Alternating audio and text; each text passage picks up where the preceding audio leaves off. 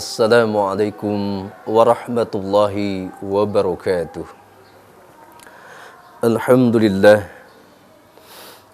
Alhamdulillahilladzi arsala rasulahu bil huda wa dinil haqq liyudhhirahu 'ala dini kullih wa kafa billahi syahida.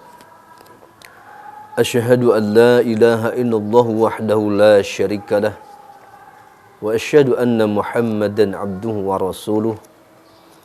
Allahumma shalli wa sallim wa barik ala sayyidina Muhammadin wa ala alihi wa sahbihi ajma'in, amma ba'd. Faqad qala Allah ta'ala fil Qur'anil Karim, a'udzu billahi minasy syaithanir rajim. Bismillahirrahmanirrahim. Wa nazzalna 'alaikal kitaba tibyanan likulli syai'in wa hudan wa rahmatan wa busyra lil muslimin. Wa qala Rasulullah sallallahu alaihi wasallam, inna hadzal qur'ana ma'dzubatullah fata'alamu bi ma'dzubatihi mastata'tum. Sadaqallah wa sadaqa Rasulullah sallallahu alaihi wasallam. Para pemirsa Rasil TV yang dimuliakan Allah Subhanahu wa taala, alhamdulillah di bulan suci Ramadan ini kita dapat berjumpa kembali. Juga kita kenal bahwa bulan Ramadan adalah bulan Al-Quran. Oleh sebab itu kita sebagai umat muslim, sebagai orang yang beriman, bertakwa kepada Allah Subhanahu wa taala, maka kita pun harus mengenal Al-Quran lebih dekat. Jangan sampai kita ini sebagai umat Islam yang beriman kepada Allah, beriman kepada Rasulullah, beriman kepada Quran, tetapi tidak mengenal Al-Quran. Di mana dijelaskan di dalam firman Allah Subhanahu wa taala dalam surah An-Nahl surah 16 ayat 89, Allah Subhanahu wa taala berfirman, a'udzu billahi minasyaitonir rajim, wa nazzalna 'alaikal kitaba tibyana likulli syai'in wa hudan wa rahmah wa hudan wa rahmatan wa busyra lil muslimin. Yang artinya, telah kami turunkan kepada engkau Muhammad Alkitab suci Al-Quran, tibyana likulli syai', yang mampu menjelaskan segala sesuatu, juga menjadi huda petunjuk, warahmah dan rahmat, serta wa busyra lil muslimin, kabar gembira bagi orang-orang muslim. Para pemirsa Rasil TV yang dimuliakan Allah Subhanahu wa taala, kita harus mengenal Al-Quran lebih dekat lagi agar kita betul-betul cinta kepada Al-Quran. Otomatis ketika kita cinta Quran, kita akan cinta kepada Allah. Salam juga para sahabat beliau, di mana Al-Quran diberikan penjelasan di dalam tafsir Al-Munir atau tafsir Al-Munir karya Profesor Dr. Wahbah Mustafa Zuhaili, dijelaskan yaitu definisi Al-Quran. Al-Quran huwa kalamullahu al-mu'jiz al-munazzalu ala nabi Muhammadin SAW bilafzil arabi al-maqsud as-sahif wal muta'abbadu bitalawatih al-manqulu bitawatir al-mabdu'u bi suratul fatihah al-makhtumu bi suratin nas. Yang artinya bahwa Al-Quran adalah kalam Allah yang bersifat mukjizat. Mukjizat Al-Quran dari awal diturunkannya sampai sekarang tetap merupakan mukjizat, bahkan sampai hari kiamat. Kita ketahui kenapa ketika kita membaca Al-Quran terasa biasa-biasa saja. tidak pusing, tidak ada problem. Tetapi ada sebuah pengalaman menarik. Ini pengalaman pribadi saya. Kita mengukur tentang mukjizat Al-Quran. Di mana kita ketahui bahwa saat-saat awal Al-Quran diturunkan, itu merupakan sesuatu yang hebat, sesuatu yang dahsyat. Sebagai salah satu contoh, ketika Rasulullah SAW menerima wahyu pertama, surah Al-Alaq ayat 1-5, itu penyesuaian dari sisi psikologi, itu sekitar 3 tahun. Itu menunjukkan bahwa betapa dahsyatnya Al-Quran, betapa hebatnya Al-Quran ketika diturunkan. Juga dalam sebuah literatur jelaskan, ketika surah Al-An'am turun, itu satu surah turun seluruhnya disertai 70.000 malaikat. Ketika itu bumi goncang, gemuruh malaikat. Ini menunjukkan sangat hebatnya Al-Quran. Juga ada sedikit pengalaman saya. Tatkala mulai menghafal Al-Quran, itu baru seperempat jam baca, sudah terasa pusing. Kemudian keluar dari masjid, masuk lagi, kemudian keluar lagi. Itu lumayan, sekitar beberapa bulan. Tetapi tatkala selesai menghafal 4 surah, yaitu surah Yasin, surah Al-Mulk, Alif Lam Mim Sajadah, dan surah Ad-Dukhan, kemudian dipakai sholat sunnah 4 rakaat, maka saat itulah seakan-akan langit terbuka. Kemudian ada sesuatu yang turun, masuk ke dalam ubun-ubun, kemudian masuk ke dalam hati.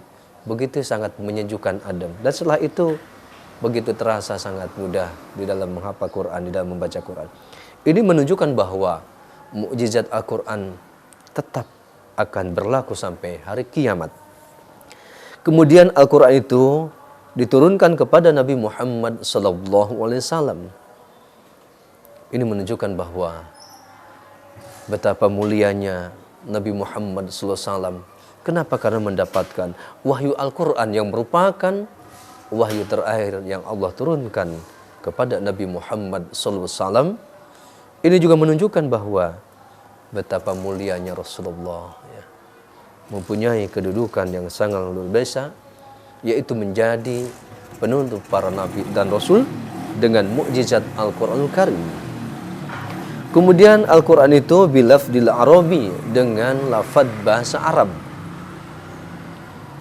Otomatis kita sebagai bangsa Indonesia bukan bangsa Arab, bukan orang Arab, tetapi karena Al-Quran itu merupakan mukjizat, maka selama kita itu mau menekuni, mau istiqomah, mau continue untuk mempelajari bacaan Al-Quran, maka Allah akan memberikan kemudahan.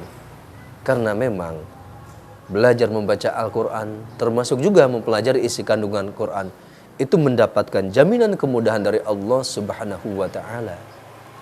Sebagaimana dijelaskan dalam firman Allah Subhanahu wa Ta'ala dalam surah Al-Qamar, "Walaqad yassarnal Qur'ana lidzikri fahal mim muddakir." Sungguh kami telah mudahkan untuk mempelajari Al-Quran. Tetapi adakah orang yang mempelajarinya? Ini sebuah sindiran buat kita semua tentunya. Satu sisi Allah memberikan kemudahan untuk mempelajari Al-Quran, baik dari sisi bacaannya maupun sisi kandungannya. Tetapi adakah orang-orang yang mau mempelajarinya? Kenapa? Karena memang kalau kita lihat dalam konteks kondisi saat ini, dari berbagai macam informasi bahwa umat Islam terbesar di dunia, tetapi umat Islam Indonesia juga ternyata saat ini mayoritas bertahur Al-Quran. Oleh sebab itu, dengan uraian singkat ini, mari kita kembali kepada Al-Quran, kita kenali Al-Quran, kita cintai Al-Quran.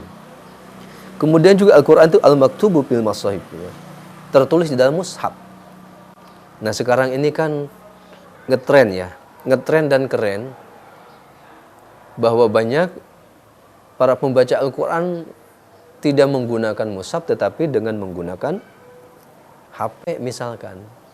Ini ada beberapa pendapat yang kurang respect. Artinya apa? Membaca Al-Quran itu sebenarnya lebih utama menggunakan mushaf daripada menggunakan HP. Karena khawatir isi HP itu kan beragam, bermacam-macam. Ya, kadang dibawa ke kamar mandi, ya, ke toilet. Oleh sebab itu dalam konteks makna terjemahan Al-Quran ini, maka tentunya lebih utama kita membaca Quran dengan menggunakan mushaf Al-Quran. Kemudian Al-Quran itu al-muta'abbadu bitilawati, termasuk ibadah di dalam membacanya. Artinya apa? Oh, ketika kita pengen memperbanyak ibadah, maka perbanyaklah membaca Al-Quran. Di mana dijelaskan dalam sebuah hadis, Rasulullah SAW bersabda yang diriwayatkan oleh Imam At-Tirmidzi, "Man qara'a harfan min kitabillahi falahu hasanatun wal hasanatu bi asyri amsalihha la aqulu alif lam min harfun walakin alifun harfun wa lamun harfun wa mimun harfun." Yang artinya kata Rasulullah, barang siapa membaca satu huruf dari Al-Quran, man qara'a harfan min kitabillah falahu hasanatu, maka diberikan baginya satu kebaikan, satu pahala. Dan wal hasanatu bi asyri amsalihha, satu kebaikan tersebut dilipat gandakan menjadi 10 kebaikan. Kata Rasulullah, la aqulu alif lam min harfun, aku tidak mengatakan bahwa alif lam satu huruf, walakin tetapi alifun harfun, alif satu huruf, lam harfun, lam satu huruf, wa mim harfun, dan mim satu huruf. Jadi ketika kita membaca alif lam mim itu berarti sudah ada 30 kebaikan. Nah, andai kata kita itu membaca mampu mengkhotamkan satu Al-Quran, betapa banyaknya pahala yang kita raih. Di mana dalam sebuah literatur ada yang mengatakan bahwa jumlah huruf Al-Quran itu seluruhnya 325.015 huruf. Artinya ketika kita mengkhotamkan Quran berarti kali 10, 3.250.000 pahala. Nah, sementara kita, bagi yang belum mampu menunaikan ibadah haji umroh misalkan, kalau sholat di Masjidil Haram itu satu kali sholat 100.000 kebaikan pahalanya. Maka dengan khotam Quran berkali-kali, kita pun akan bisa meraih pahala yang terbanyak. Ini adalah di dalam membaca Quran. Tetapi yang perlu kita perhatikan pula, bagaimana supaya Al-Quran yang kita baca ini menjadi sebuah ibadah, menjadi sebuah pahala. Dijelaskan dalam syair Ibnu Jazari, wal aqdu bitajwidi hatmun lazimun malam yujawid Qur'ana asimun. Yang artinya membaca Al-Quran dengan tajwid itu hukumnya adalah wajib, fardu ain. Oh, dalam konteks ini supaya kita ini ketika membaca Quran mendapatkan pahala dari Allah, mendapatkan kebaikan dari Allah Subhanahu wa taala, maka bacaan Quran kita harus bertajwid. Sebagaimana dijelaskan dalam firman Allah Subhanahu wa taala dalam surah Al-Muzammil ayat 4, Allah berfirman, "A'udzu billahi minasyaitonir rajim. Bismillahirrahmanirrahim. Warattilil Qur'ana tartila." Yang artinya bacalah Quran itu dengan tartil. Sayyidina Ali Kamal Wajah memberikan penafsiran bahwa at-tartil at-tajwidu huruf wa ma'rifatul wukuf, yaitu memperbagus bacaan Al-Quran. Panjang pendeknya benar, makhrajnya benar, hukum-hukumnya benar.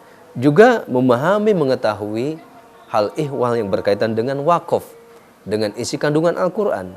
Nah, ini untuk mengantarkan agar bacaan Quran kita menjadi sebuah ibadah.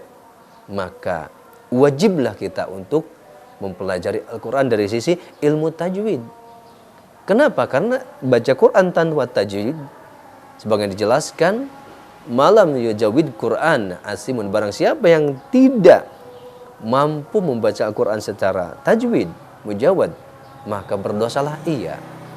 Dalam konteks ini, maka kita pun tentunya punya kewajiban agar mengenal Al-Quran lebih dekat, akan mencintai Al-Quran lebih dekat, maka kita pun wajib untuk mempelajari ilmu tajwid.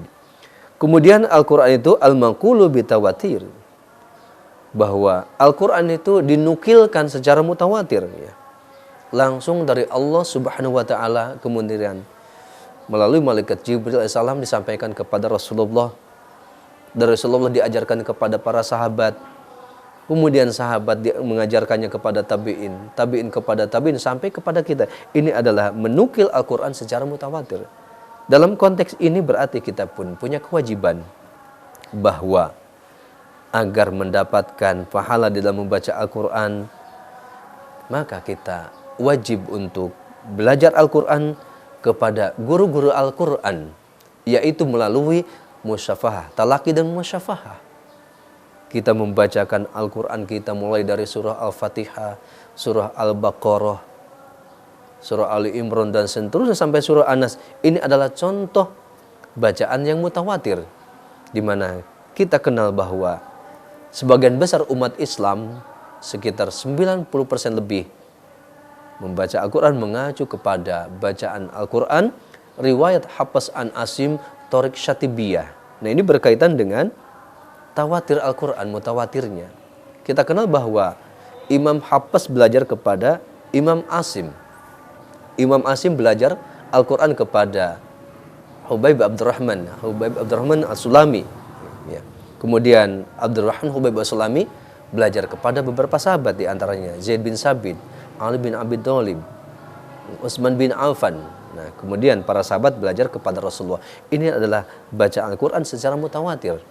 Oleh sebab itu, ya, kita sebagai umat Islam tentunya yang cinta Quran, cinta Allah, cinta Rasulullah, maka manfaatkan sisa-sisa hidup yang Allah berikan kepada kita. Di samping untuk kerja keras, ya, untuk ibadah-ibadah lainnya, tetapi Al-Quran merupakan pekerjaan yang paling utama.